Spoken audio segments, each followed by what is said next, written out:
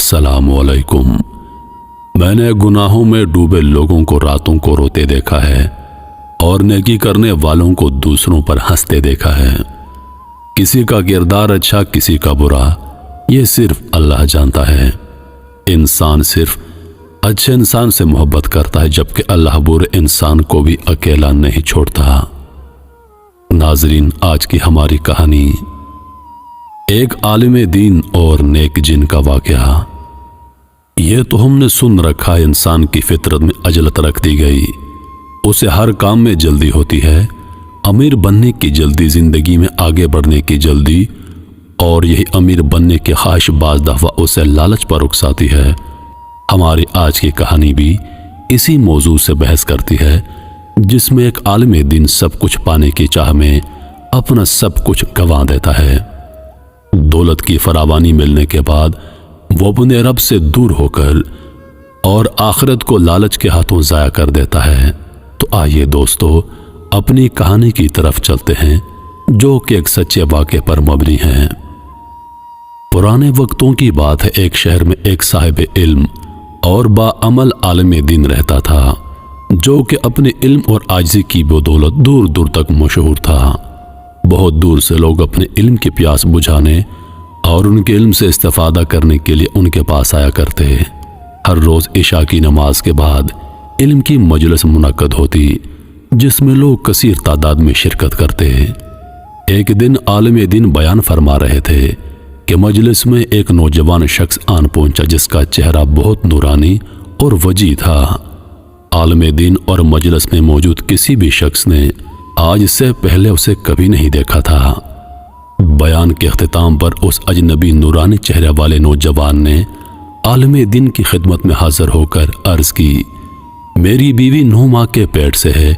मैं आपसे दुआ करवाने की गर्ज से आया हूँ, ताकि आप हमारे लिए दुआ करें, अल्लाह हमें नेक और खुशबख्त औलाद से नवाजे। आलिम दीन ने नौजवान की बात सुनकर सवाल किया, तुम कहाँ से आए हो? मैंने आज से पहले आपको इस शहर में नहीं देखा। नौजवान शख्स ने मुस्कुराकर जवाब दिया, जनाब, मैं इस शहर में नया हूं, इसलिए आज से पहले आपने मुझे नहीं देखा। नौजवान की बात खत्म होने के साथ ही आलिम दीन ने उसके लिए नेक और सालेह औलाद की दुआ की, जिसके बाद वो नौजवान वहां से चलता बना और आलिम दीन भी उसके जाने के बाद उठकर अपने घर के अंदरूनी हिस्से की जानब बढ़ गया, जहां उसकी बीवी खाने के दस्तरखान पर बच्चों समेत उसके इंतजार में बैठी थी। खाना खाने से फारग होने के बाद आलिम दीन की बीवी आलिम दीन से गोया हुई, सर्दियां सर पर खड़ी हैं और हमारे पास इतना पैसा भी नहीं कि सर्दियों के लिए बच्चों के कपड़े और ज़रूरियाती ज़िंदगी की अशिया खरीद सकें। दिन ब दिन गंदम के नर्ख बढ़ रहे हैं और सर्दियों में तो गंदम मिलना नामुमकिन हो जाती है। क्यों ना आप किसी से उधार ले लें, ताकि सर्दियों के लिए गंदम खरीद कर रखी जा सके।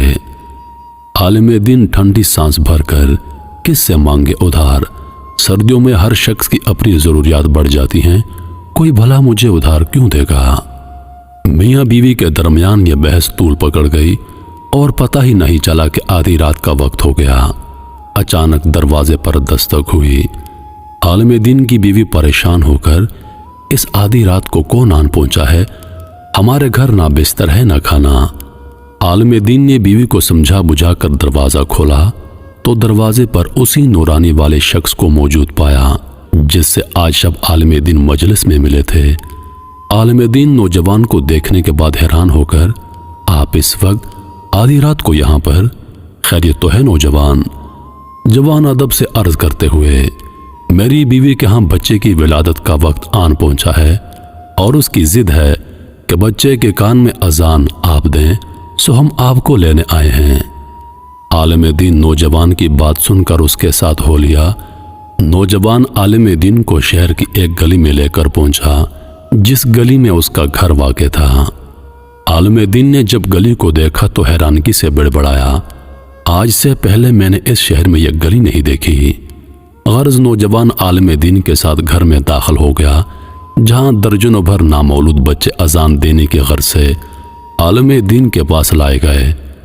आलिम दीन ने दर्जनों भर नामौलूद बच्चों को देखकर हैरानगी से सवाल किया, کیا یہ سب آپ کے بچے ہیں؟ نوجوان نے مسکرا کر جواب دیا، جی جناب، یہ سب میرے بچے ہیں اور آج ہی پیدا ہوئے ہیں۔ عالم دین جواب سننے کے بعد ورطہ حیرت میں ڈوب کر، یہ کیسے ممکن ہے؟ ایک عورت کے ہاں اتنے سارے بچوں کی پیدائش؟ نوجوان مسکرا کر، آپ کی حیرت بجا ہے عالم دین صاحب، ایک انسان کے ہاں ایک ساتھ اتنے بچے پیدا نہیں ہوتے، مگر ہم جنوں کے ہاں ایک ساتھ درجنوں بچے پیدا ہوتے ہیں۔ عالم دین نے یہ سن کر جیسے ہی نامولد بچوں کے کان میں اذان دی تو بچے فوراً اٹھ کر گھر میں بھاگنے دوڑنے لگے۔ اس کے خان دسترخوان پر طرح طرح کے لذیذ کھانوں کے ساتھ عالم دین کی تواضع کی گئی۔ جاتے ہوئے نوجوان نے چاندی سے بنا صندوق عالم دین کے حوالے کیا اور ان کو بتایا، ہر صبح جب آپ اس صندوق کو کھولیں گے تو یہ درہم اور دینار سے بھرا ہوا آپ کو ملے گا، مگر یاد رہے آپ سب درہم و دینار نکال سکتے ہیں، مگر جو آخر میں درہم یا دینار رہ جائے وہ کبھی مت اٹھائیے گا۔ عالم دین وہ صندوق لیے گھر پہنچا اور تمام بات بیوی کو بتا دی۔ پھر ہر صبح جب وہ لوگ صندوق کھولتے وہ درہم و دینار سے بھرا ہوا ملتا، وہ سب درہم و دینار نکال لیتے اور آخر والا چھوڑ کر صندوق بند کر کے رکھ دیتے۔ یہ معاملہ سالوں تک چلتا رہا اور عالم دین کا شمار شہر کے رئیسوں میں ہونے لگا۔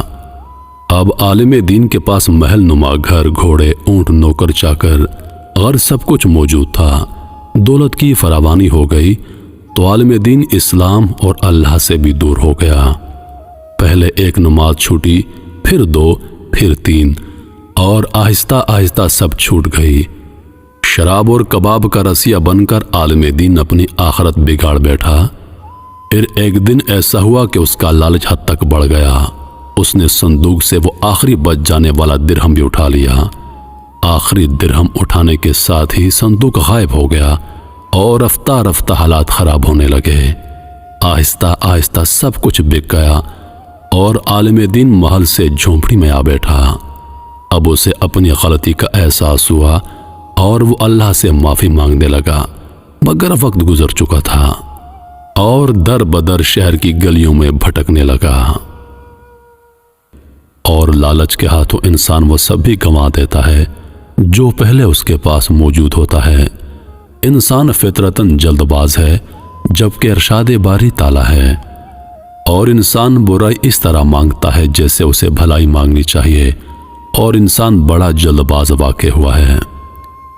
بعض دفعہ کوئی چیز ہمارے لیے اچھی نہیں ہوتی جو کہ ہم نہیں جانتے، مگر ہمارا رب سب باتوں سے با علم ہے، اس لیے ہمیں وہ عطا نہیں کرتا جسے ہم شدت سے مانگ رہے ہوتے ہیں، کیونکہ اس کے پانے کے بعد ہو سکتا ہے ہم اللہ کے راستے سے ہٹ جائیں اور اپنی آخرت کو برباد کر بیٹھیں۔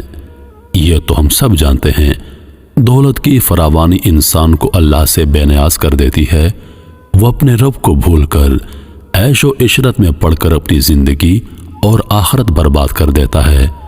اسے تنگ دستی ہو تو رب کو پکارتا ہے، جبکہ دولت کی فراوانی میں اس کے رحمتوں کو بھول کر دنیا کی عیاشی میں مست ہو جاتا ہے۔ محترم عزیز دوستو، ہمارا یہ کہانی سنانے کا مقصد یہی تھا کہ جب اللہ کی رحمت آپ پر برسنے لگے تو تب بھی اس کے شکر گزار بندوں میں شامل رہو، تاکہ یہ رحمتیں آپ پر ہمیشہ بنی رہیں، اور اللہ کی راہ سے بھٹک کر اللہ کے غضب کو دعوت مت دو۔ جو رب کے بتائے ہوئے راستے پر چلتا ہے وہ دنیا اور آخرت دونوں جہانوں میں کامیابیاں سمیٹتا ہے، اور جو رب کے راستے سے بھٹک جاتا ہے وہ دنیا اور آخرت دونوں جہانوں میں ذلیل اور خوار ہو جاتا ہے۔ اللہ پاک ہم سب کو اپنے راستے پر چلنے کی توفیق عطا فرمائے، آمین یا رب العالمین۔